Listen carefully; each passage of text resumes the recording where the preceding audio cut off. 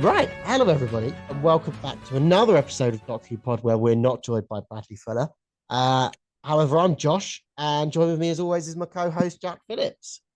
I just can't believe we gave Brad 2 weeks off. Really, we really didn't plan this well. I know, yeah, but trust me, it's not paid leave, that's for sure. Yeah, he just didn't turn up. He just didn't turn up for work, and we were just like, right, well, fine. We'll dock him a couple of days. To be honest, we're back with Unicorn and the Wasp, and I mean, who can blame him, Yeah, really? Just of all, go on. I was to say of all the episodes to miss, this is probably one of them. Yeah, I mean, it's just an episode full of pompous pricks and dislikable characters. And my biggest takeaway from this, I know I normally ask you guys to sum it up in a sentence. I'm going to go first if that's okay. Yeah, Um, go for my God, Agatha Christie is a Karen in this episode. it. I like that. Yeah, that's pretty. Yeah, that's pretty good. I just sum it up in a sentence was what am I having for dinner tonight? Because I'm not gonna lie, I always as I watched these episodes, I always sit there and make notes, and it got to the point of where I've written as few notes for an episode as this one, and I just at this point I was like, well, I'm going food shopping tonight, so what am I going for dinner? And then I started writing my shopping list while I was doing it. Listen, a point of a who done it is that you can work it out. You get given just enough information at different points throughout the story that you can work it out and you can come to the conclusion. Agatha Yep. Christie was excellent at doing this. There's so many examples. This is not one of them. There is no way. Did you think it was the vicar at the beginning? Did you ever think it No, was the vicar? no, not a chance. I thought it was the Wasp. But, Did you you know, ever think at any point it was going to be that the old lady 40 years ago shagged a giant wasp who then drowned in the floods in India, that then came back to England and fostered her wasp baby, that then came back 40 years later, but is copying no. Agatha Christie because she was reading Agatha Christie when he was mugged? No, and if I hadn't just watched the episode, I would have thought you just come out of some kind of dental surgery. You know, when you see the videos of like kids and they're off their tits on like the drugs and they're just chatting absolute bollocks. Yeah, It is absolute nonsense. I mean, even the cold open alone. And it just all of I also think the acting in this episode is particularly terrible. I think everybody doing these weird sort of twee 1920s accents does my head in. We start off with two people that have been invited to this party, the vicar and the most paedophilic looking man I've ever seen in any form of media. Um, and he dies. And we see someone walking, he's like, oh, hello, it's you. And then he turns into a giant fucking bee. I know it's a wasp, but it's a Wasp. giant fucking bee. And it's stupid. It's the stupidest cold open I've ever seen, no? Well, the the thing that really bugged me is how many times do you go, "Oh, it's you"? No, I've never once in my life exactly. turned around so as someone's walked in the room and gone, "Oh, it's you." I've gone, "You're right, Dave, how you doing?" You just Yeah. don't say, it's just so annoying. I mean, I did like the kind of. I'm in two minds with this one because there's only so many ways you can kill a person as a wasp. Kind of the only thing is really the giant stinger. But at Which the is same its time, primary killing mode throughout this episode, yeah, except for the beginning kill that you're about to talk about.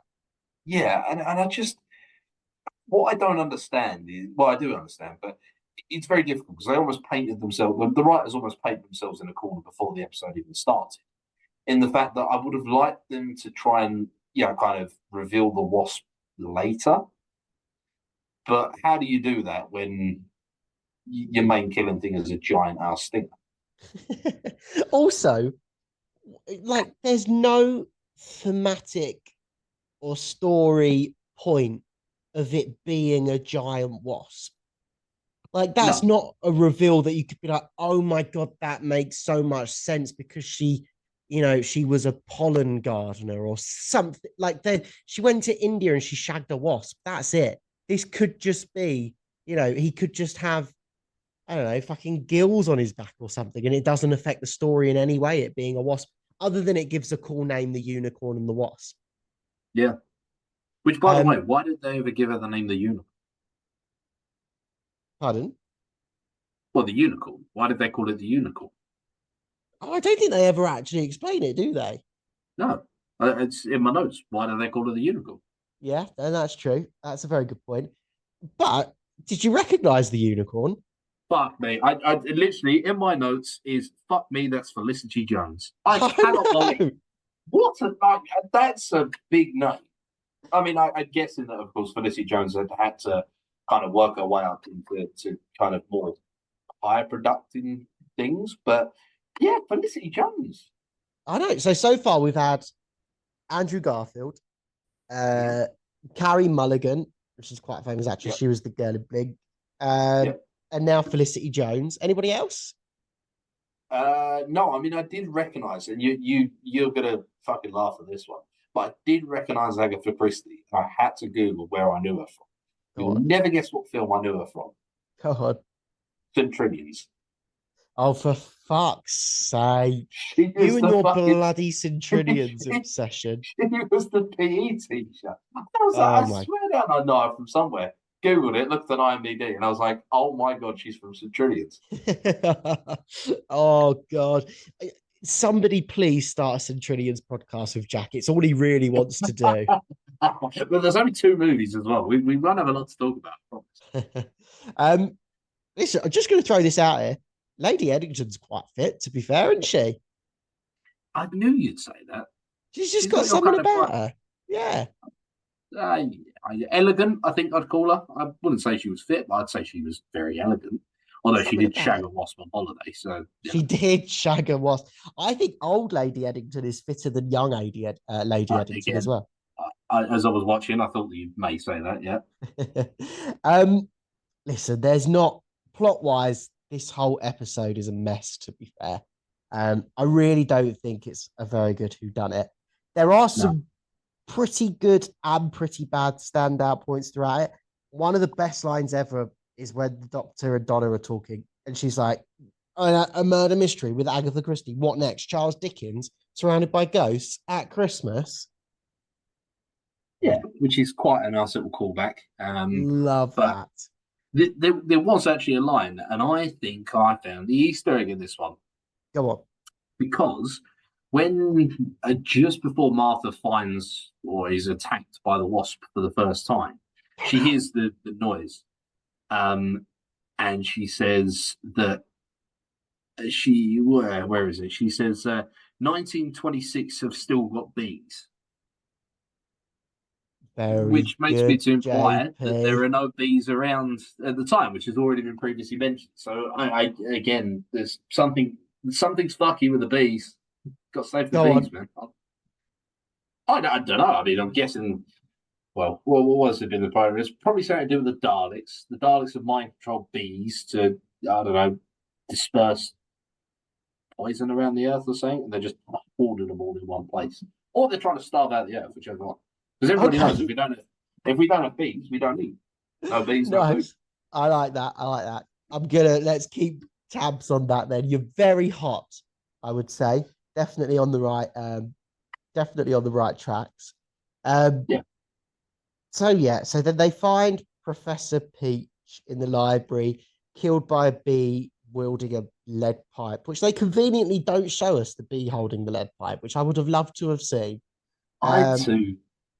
Because they don't have fingers. exactly. They've just got little stalks, I suppose. What would you even call it? I don't know. And Ridiculous. it doesn't have anything to grab. Maybe it got Um, it in its mouth. Because they got like jaws, haven't they? Do you reckon they but just you grabbed it in see the it as mouth? shadow, it's holding it. Yeah. Just ridiculous. Just absolutely. The whole effect of the bee is just shit as well. The purple mist and I've got no time for any of it. I really dislike it. Yeah. Now might be a good time to say though, I quite enjoyed watching this episode. In a weird way. Yeah, I don't know why. I thought Mm. certainly the first half of it was quite fun. There's another line that Agatha says to the doctor because he's like, oh yes, he's getting all excited to be doing this murder mystery there. But I will work with you not for fun but for justice. And it's like, fucking cheer up, Agatha. Like, you miserable cunt. No wonder your husband's left you for a younger model. Yeah, it was quite interesting because I had plenty of time to do lots of research while watching this, and it was quite interesting because that actually did happen. So I did. They say you learn something new every day. I didn't realize that Agatha Christie actually disappeared Yeah, and came yeah. back with no memory or anything like that. So again, I will say I do like the Doctor Who does that when they kind of mess with history. But yeah, her first husband did cheat on her and leave her, and I quite like that. But yeah, you are right. She was a bit of a, I don't know, just a Karen, I guess. She really was. She really was. I tell you what, she's got a Karen jaw as well. That's what really upset me. What about the point thing? Just like a sort of rounded, weak chin. But that's probably getting a Yeah, bit fair enough. personal. That's probably getting a bit personal. And you've got a weak chin. Yeah, she does. She does. I love, and I'd be interested to hear your take on it, all of Donna's little copyright Donna Noble moments and Miss Marple and Murder on the Orient Express. I think Donna's getting better in this episode. What did you think of her? Donna is doing what every sane person would do in that situation. Just there for the ride. Yeah, there for the ride. Like you kind of, it's that question of what would you do if you went back in history armed with that knowledge? Like, because the interesting thing is people are like, oh yeah, I'll go back in history and I'll invent electricity. I couldn't fucking tell you how to invent electricity. Yeah, something about currents. Yeah, well, what do? I just plug it in the wall and that's it. Someone said, oh, what's a battery? I know it's a battery. I know there's chemicals in it. Couldn't tell you what it is, but it's stuff like that. And Donna's gone back in time armed with the knowledge because everybody knows her. It's Christie's. Yeah, and then they know that she wrote very good books and they're very influential books, influential outside of fiction as well. And the fact that kind of, I was reading that she was consulted by Scotland Yard and MI5 at one point. And it's just, everybody knows that. And you just like to, kind of stamp your name on there a bit. You just be like, yeah, I helped. Yeah, I think I harmless fun is what I would describe it as for sure. Yeah, I agree with that. Harmless fun. Right. Speaking of not harmless fun, the gargoyle death. Oh, I hate it with a passion. It's so stupid. How did the bee know that she would be there? How did the vicar know that she was going to be there? How did the vicar know that she just found out? How did the vicar know to push it at that point in time? Why didn't she move, Jack? Why doesn't she get out of the way slightly? Because the plot asked it to happen, and that's what happened, all right? But she just had to move slightly to her left, and she would be fine. Or her right, or backwards, or forwards. There's even like a 3-second shot of her looking at the camera, falling down. Move! Just move! I mean, you would have thought that she'd have heard the big fuck off wasp above her. Like everybody here, like everyone hears the wasp. You would have thought that you'd go, what's that noise? Oh no, there's a foot. I'll just step out of the way. It's so stupid. I don't understand how that made it in. We had such a well-crafted episode last week, and I've looked ahead. We've got probably the best episodes of Doctor Who ahead of us. How does this fit in here? It's absolutely ridiculous. What I don't understand, I think I know why they put it in, because they wanted to give the sense that there may be somebody else there. There may be more than one. Because that's always like, is it Scream that does it, where there's more than one killer? Yeah.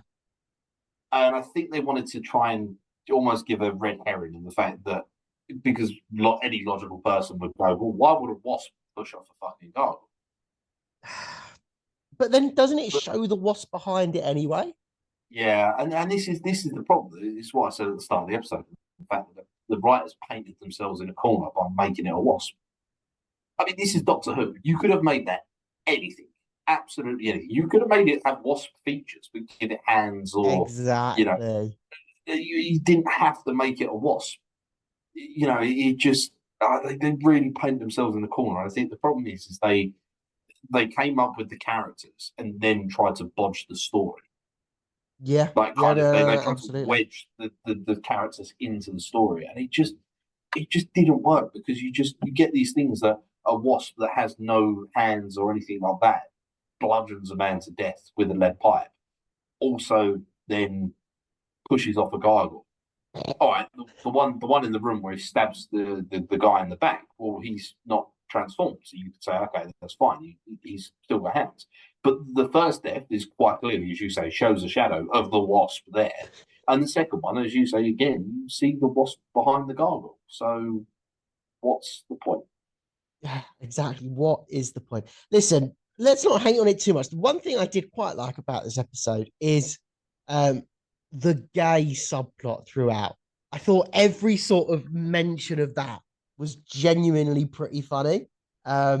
You obviously get the first bit where what's the son's name? Can you remember it at all? I certainly can't. I, I don't know, but I absolutely missed this. So you're going to have to take the lead on this one. Oh, no way. So there's the initial bit where the Doctor and Agatha are interviewing everybody for their alibis. And Mhm. the son of Lady Eddington, whose name I've totally forgotten, is like, oh, yes, I was in the garden doing nothing, absolutely nothing with absolutely nobody at all. And then it flashes back, does the little weird flashback zoom in effect. And he's out there having an affair with one of the T boys. Um, and then there's Oh, and then Donna makes a fleeting comment, oh, why are all the good ones gay? And then there's another bit just after I think the gargoyle death. They're following the gargoyle. It goes down into the hallway. And then they go, show yourself. And everybody comes out of their bedrooms. And they're like, oh shit, mhm. it could be anybody. But out pops the son's head. And then out of the same door pops the waiter boy's head again, as if they've both been in the bedroom with each other. I thought that was just No, yeah, you're kidding. I swear Me, down. Yeah. Yeah, yeah, yeah. It makes you want to rewatch I the episode now, doesn't it? I completely fucking missed that because I did put that was the first time that I got an impression that the Wasp can obviously morph into a human character, like a human person. Oh, you thought it was just literally a wasp. Yeah, no, I thought it was literally a Wasp up until that point. Oh, I see. You literally see it transform at the beginning of the episode. I just thought it was just a Wasp thing. That was it. It was the only explanation I could have why. Oh, it's you. And I was like, oh, maybe it's just a Wasp. You wouldn't say that. What do you mean? That's not your normal reaction to a wasp. It's not your normal reaction to seeing somebody else, though, is it? No, Jacques. Yeah, okay. Agree with that. Yeah. But Um, yeah, no, I put about the Wasp. So the Wasp must be able to morph because I thought then it would have been almost like the Thing. You know, where they're trying to work out yeah, who the it had Thing is. disguised itself as another Yeah, human. Right, that's okay. what I was thinking. I was like, oh, that's going to be really cool. And like those people down the corridor, I completely missed the two heads came out the same door. So Yeah, yeah, the two guy. That's a really good subplot. Another bit, obviously, one of the most classic scenes of all of Doctor Who, the poison scene. Uh, just brilliant. That must have got a laugh out of you, surely. it was a That, bit of a reaction, wasn't it? what do you mean? Well, I guess that if you've ingested cyanide, yeah, it's probably going to be bubbling away on the inside and everything like that. But it was just a bit weird. It was quite funny, I guess, where he's like trying to hand gesture for salt and protein, and it Harvey was Wallbanger, come on, yeah. it's absolutely gold stuff. But I don't know. It was really weird that he could talk at certain points but couldn't talk at other points. Yeah, for maximum comic relief. Mm, it just went over my head on that one. I Wow. like it was kind of funny, but I think by that point of the episode, I clocked out.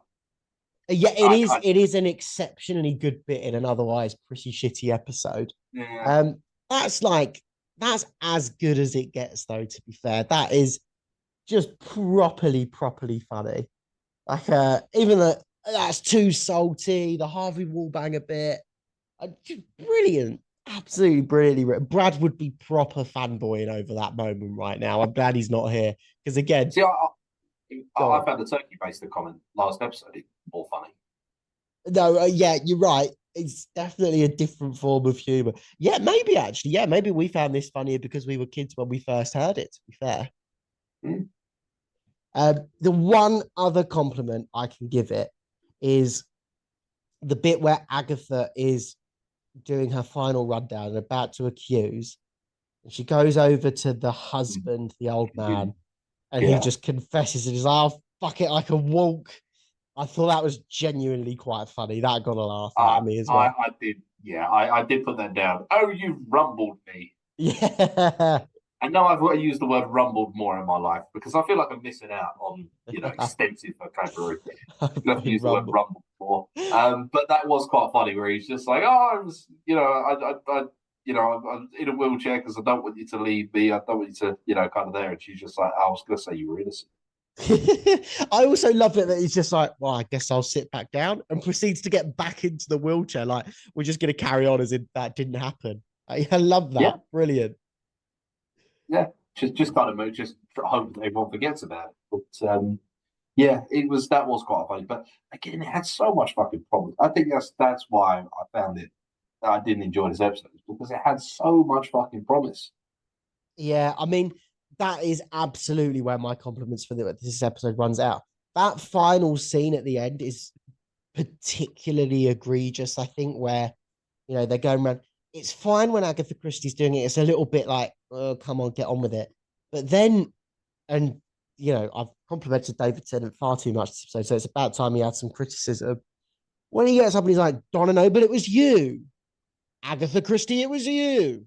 Lady Eddington, it was, well, come on, are we doing this? And it goes on for Yeah, like too long as well. yeah. The problem is the more the episode went on, so the worse it got. To the point of Yeah, where they've yeah. got the priest going, "Oh, don't make me angry," and I just put, "You wouldn't like me when I'm angry." That in itself, how can you take seriously a guy that's doing as your main villain? Like, oh, it's so infuriatingly bad. and it was just such a weird reason why he was killing them. Like I know. just again, this is the it's Doctor Who, right? They have literally an unlimited source they can tap from, right? They could have said that the fucking Wasp planet had selected those people for some kind of, I don't know, testing or something like that, and they needed their internal juices to do whatever, and that's why they were killing those specific people. Not that it absorbed an Agatha Christie novel and thought that was how you do things. It's just so. What infuriates me most of all is that this is a time and space show, and the concept of going back in time, meeting Agatha Christie, and turning into a real life murder mystery Mm-hmm. is brilliant. And the fact that she has this actual real life mystery, and you can incorporate that into it, excellent. But it's wasted with this such shit execution. And now you can never go back and do it again because it's been done in canon. Like, you now can't do another Agatha Christie story. Like, you can't really No, do another Charles Dickens story. And it's like, what a fucking waste. and that's the problem. I think that the Charles Dickens one, I quite like the Charles Dickens one. I know you thought it was one of the weak ones, but I thought it was pretty good. And I, as I've said many times in this podcast, I really like episodes where they go back in time and they say this is actually what happened. No, I I agree with just you. it's just such a, and even to the point of where they kind of give off that false sense of danger, where the Wasp leaps into the pond. And then it's like, oh, it's all good. And then suddenly Agatha Christie just fucking hits the deck. And then it's just like, oh, no, she's dying. Oh, no, it's because it's connected. And then they're like, oh, thank God for that. It chose not to kill her. So why? What do you mean it chose not to kill her? That was its one purpose. Yeah, yeah, I really didn't get it. It is. No, I'll echo what you say. I totally agree. The Dickens episode was one of the weaker episodes of that season. Same with the Shakespeare episode. That was one of the weaker episodes of that season. I Hmm. would watch either of those in a heartbeat over this. There's just so listen, I infamously don't really like, other than the Madame de Pompadour episode, I don't really like these sort of period pieces, if that makes sense. They don't interest me, but I don't honestly. I just can't. It has the worst car chase I think I've ever seen put to film as well. Why even bother with it? Just so that we can get her car to the lake at the end, I suppose. But Yeah. oh god, then you like you said, Donna even says the best way to kill a wasp is to drown it. How do you drown a wasp? I've never heard that before. The Right. things fucking fly. Yeah. And we can say, or more accurately, I can say, I know the best way to kill a wasp. Go on. Well, I rescued your fucking house from a wasp's nest, Oh remember? yes, we did have a wasp nest. Yes. Honestly, I get a call when, oh, I've got a wasp's nest. I'm being woken up by buzzing every morning. So I'm like, oh, I'll have a look at it. I like literally dismantled your shed and the thing was all down your, kind of shed. But It was yeah, bad, just wasn't a it? Yeah. can of rain and a mallet. That's it. That was mental. But I had so many stings that day. It was unbelievable. but according to Donna, we should have just hose piped it. I feel like Yeah, that would have gone a lot worse. I don't know. I mean, I guess if you get a wasp wet, does it fly? I don't know. Oh, that's the other thing, right? Um, That's another thing. you introduce the main villain as a wasp. The Mhm. main characteristic of a wasp is that it can sting once and that's it. They No, that's a don't bee. even use. Oh, is it? Yeah, bees can sting Wasps once. could. Wasps, yeah, they can sting as many times as they want. Oh, okay, fair enough. Then that's qualmed that a criticism. You've never been stung by a bee, have you? Thankfully, not that I can remember. Anyway, no, I don't think I have. No, Same way I've never no. broken a bone. Well, yeah, touch wood, you haven't.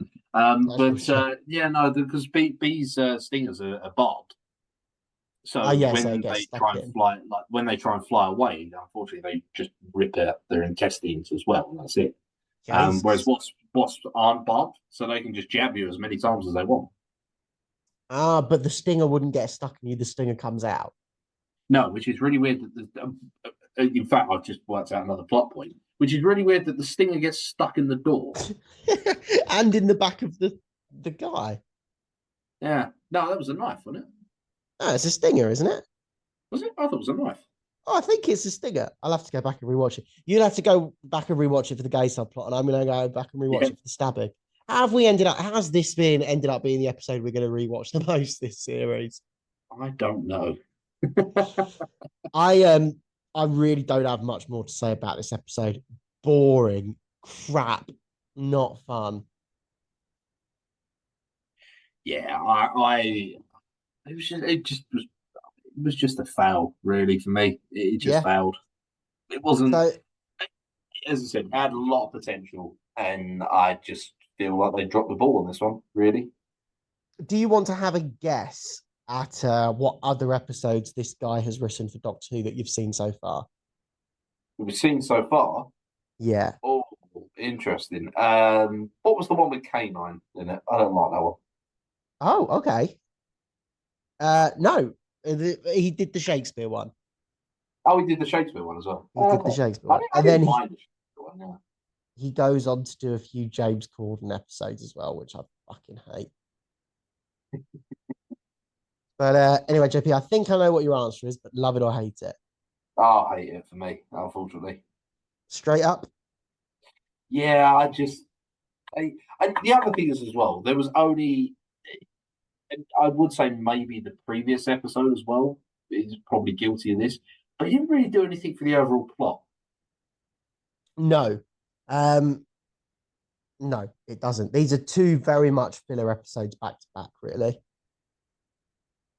And I just, the, the problem I've got, it had one line in it that I picked up right at the start about the bees. Nothing else. Yeah. You could take that. I mean, I've not finished the series yet, so I don't know. I could be, but I'm assuming I'm on the right line in the fact that you agree. but you could take that episode out and nothing would change. No, of course. It's absolutely a filler episode. But this is the thing, right? So this is 2008. We get 13 episodes this season. I am happy for them to be one or two that doesn't. I like the fact that Doctor Who is you can actually just drop in and watch an episode and then it doesn't matter. Whereas what's happening with series now is, you know, they're becoming too focused on overarching plots. That was certainly what the last season of Doctor Who suffered with. That said, this series of Doctor Who, the brand new one with Shooty Catwalk, we've only had 8 episodes and there's still filler episodes like this. So it's a really tough line to balance. Interestingly, JP, this is on IMDb anyway, rated higher than The Doctor's Daughter. I mean, look, the Doctor's Daughter wasn't better than this one. I was more interested in the Doctor's Daughter. I agree with you entirely. I agree with you entirely. So you're definitely saying hate it. Yeah, I look, as I said, I've never, we've been doing this a year now. I've never had so few notes on an episode, and I've never sat there. All right, I did fall asleep during Pompeii, but it just, I've never gone. I've got nothing to write. I'm just going to do a shopping list. I've never done that before. No. Fair enough. I totally hear you. I'm gonna go the same with you. I think there are some redeeming qualities in it, but it's a pretty naff story. So I'm gonna say hate it also. However, we are now on to the best. Like without shadow of a doubt, we have one story, two story. We've got 3 stories left.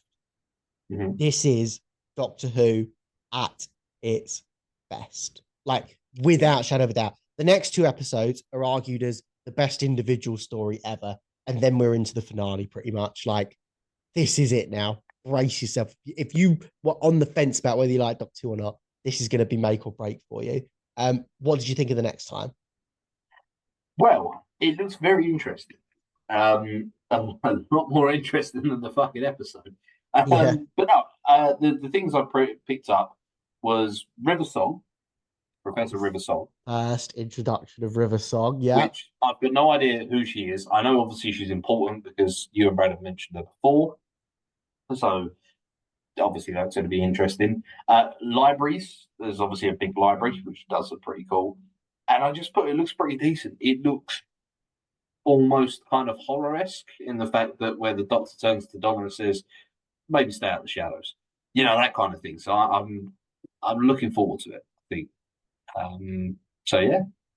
Yeah, brace yourself. Yeah, you picked up on all of it there. Stay out of the shadows, River Song. It's a Stephen Moffat penned episode. He knew he was taking over as series runner after this series. I don't think it's a spoiler for you to know that David Tennant and Russell T Davies are leaving at the end of this series. And Stephen Moffat has taken over. So next episode is really his first, like, welcome to my show now. And Okay. yeah, I think you're really gonna like it. I'm intrigued to. I'm really excited to go back and watch the first River Song episode because I haven't done it for so long. And like I said, we're now. This is it. We've got this 2-parter. We then have one individual episode, and then we're in the finale. That's it. The end of Tennant's run. The end of Russell's run for the time being. How are you feeling at the midpoint of the series, JP? I'm intrigued because, as I said, I think that this episode was the first bad episode this season. Okay. Um, Is this the best series so far? it's a tough one. Part of me says yes, but then part of me thinks that actually, you know what, I quite enjoyed season 2. Yeah, I was literally just thinking about my answer in the head. So far, this series for me isn't as good as series 2. I would even go as far as saying this has been the weakest first half of a series. Really? Yeah, I think for me, series 2, series 1, series 3, series 4 so far. But I'm going to ask you again at the end of the series because I think season 4 is the best series. We'll see. Get hyped, JP.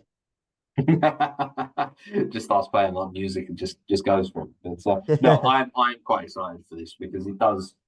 It kind of reminds me the next time trailer reminds me almost a bit like Blink or something like that, and I'm just like, Yeah, exactly. It's I'm, even written I'm, by the same guy. You're absolutely right. I'm on board for that. I'm on board for that. So Well, there you go. yeah, so stay tuned for us next week, and it's a two-part, is it? It's a two-parter. We're gonna have Bradley Fuller back. We're gonna do a big breakdown on that. Yeah, guys, we're gonna wrap it up there. I think unless you've got anything else to add, JP. Thanks for listening as always. Yeah, pleasure being here, guys. Thank you so much for your kind of interaction, and we love you guys. And let us know if there's anything that you think that we've said or we've missed. Let us know in the comments, and we will see you next week. Exactly. Adios, amigos.